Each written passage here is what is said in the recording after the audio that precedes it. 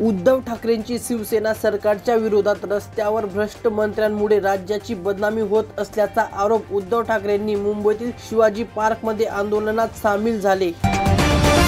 Mumbai Pune express वेवर वाहन चालक वाहतूक नियमांचे उल्लंघन करत आहेत।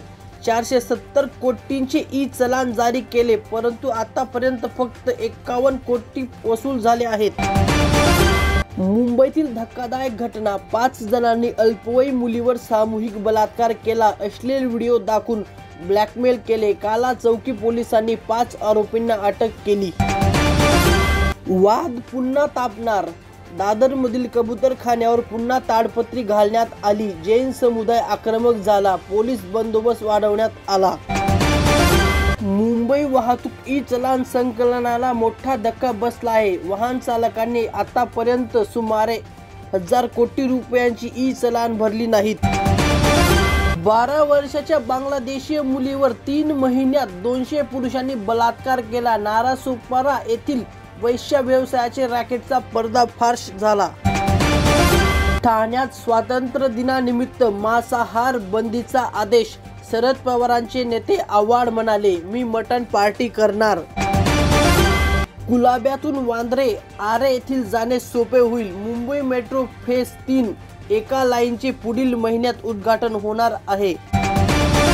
कांदिवलीतील अलपाडा येथे खेकडे पकडताना वडील आणि मुलगा तलावात बुडाले।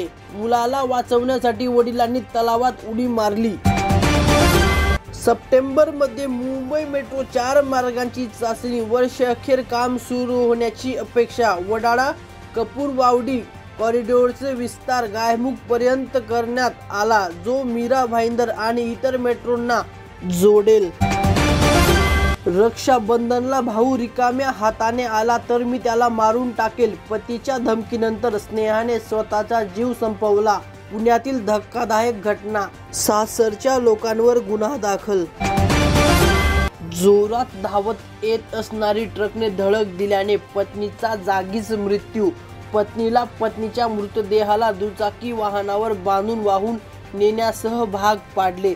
सर्वसामान्यांसमोर विनवणी करूनही मदत मिळाली नाही। नागपूरमधून धक्कादायक चित्र समोर आले। लोक निवडणूक आयोगाला चाबूक मारतील, उद्धव ठाकरेंच्या सामनाने मुख्य निवडणूक आयुक्तावर केले गंभीर आरोप। महाराष्ट्र राज्यात 3.33 लाख रेशन कार्ड रद्द करण्यात आले आहेत। गेल्या 6 महिन्यांपासून रेशन न मिळालेल्या संशयास्पद रेशन कार्डांवर ही कारवाई करण्यात आली आहे। ईव्हीएम द्वारे विजय निश्चित, संजय राऊत यांनी शरद पवार यांच्या 160 जागांच्या दाव्याचा पुनरुच्चार केला। म्हणाले, त्याच लोकांनी उद्धव यांच्याशी 2दा संपर्क साधला होता। ज्यांनी 160 जागांची हमी दिली त्यांच्यावर कारवाई का नाही? त्यांनी त्यांचा प्रयत्न केला का? फडणवीस यांच्या शरद पवारांवर प्रत्युत्तर।